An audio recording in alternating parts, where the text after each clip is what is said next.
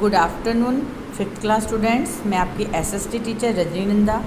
Students, जैसा कि हम लोग लेसन नंबर 16 रीड कर रहे हैं, कल मैंने इसमें नॉन अलाइनमेंट मूवमेंट गुट निरपेक्षता आंदोलन के बारे में आपको बताया।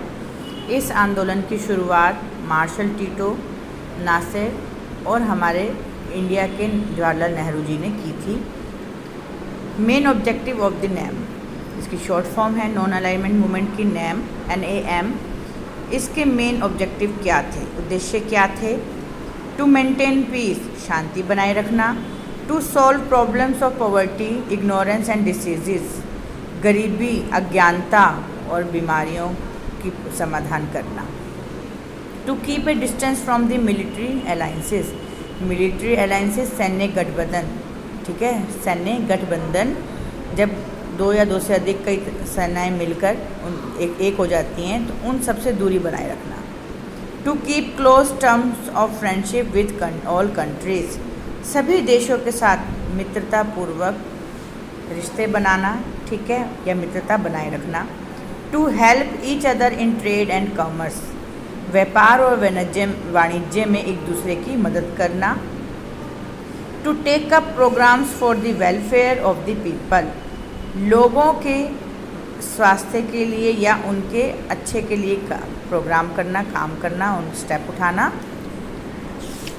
नेक्स्ट पेज पर है to seek mutual help in launching plans and projects, हम कोई भी परियोजना या कोई भी संयंत्र की शुरुआत करना चाहते हैं तो एक दूसरे की मदद लेना।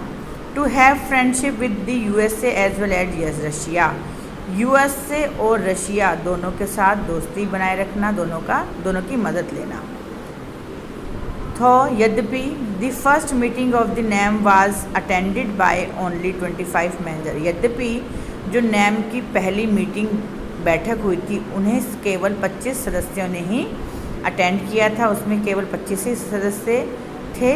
It has more than 100 members today, लेकिन अब आज के समय में ये 100 से अधिक हो चुके हैं। The members of this movement are mostly small and underdeveloped countries, जो नैम के अंदर जो मेंबर्स हैं वो ज़्यादातर छोटे और अविकसित देशों से हैं।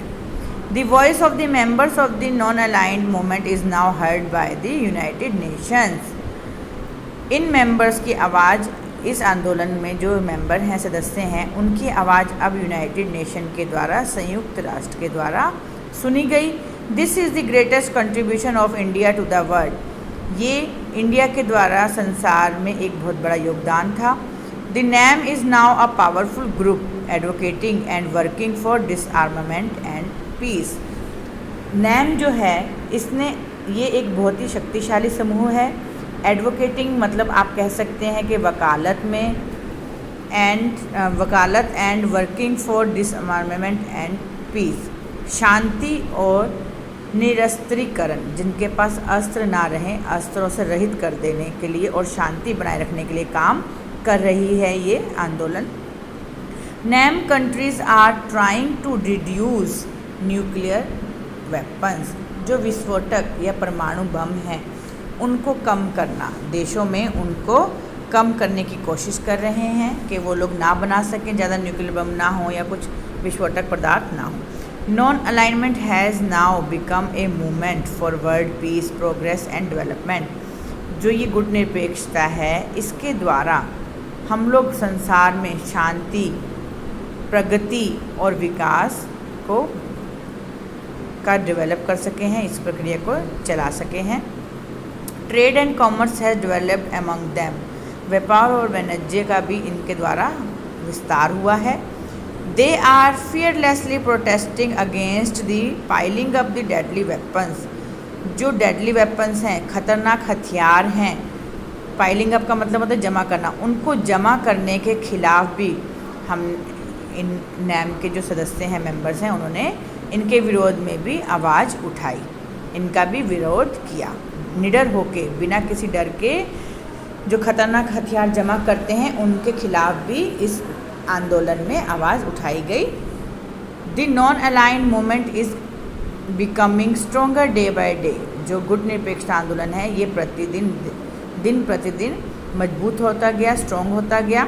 हाउएवर फिर भी in today's modern world we don't have power blocs, then why non alignment. यद्यपि आज के आधुनिक युग में हमारे पास हम कितना भी आगे बढ़ गए हैं, हमारे पास कितनी भी पावर्स आ गई हैं, लेकिन तब भी गुट निरपेक्षता क्यों है? बट वी शुड अंडरस्टैंड, लेकिन हम समझ सकते हैं या हमें समझना चाहिए, that in uh unipolar world, unipolar world का मतलब है एक ध्रुवीय विश्व, जिसमें किसी एक पर्टिकुलर किसी एक राज्य या एक देश की सत्ता होती है, उसी के इर्द गिर्द दूसरे देश जो हैं वो घूमते रहते हैं, उस एक की ही कोई शक्ति, पावरफुल शक्ति या सर्वशक्ति माना जाता है, कहा जाता है।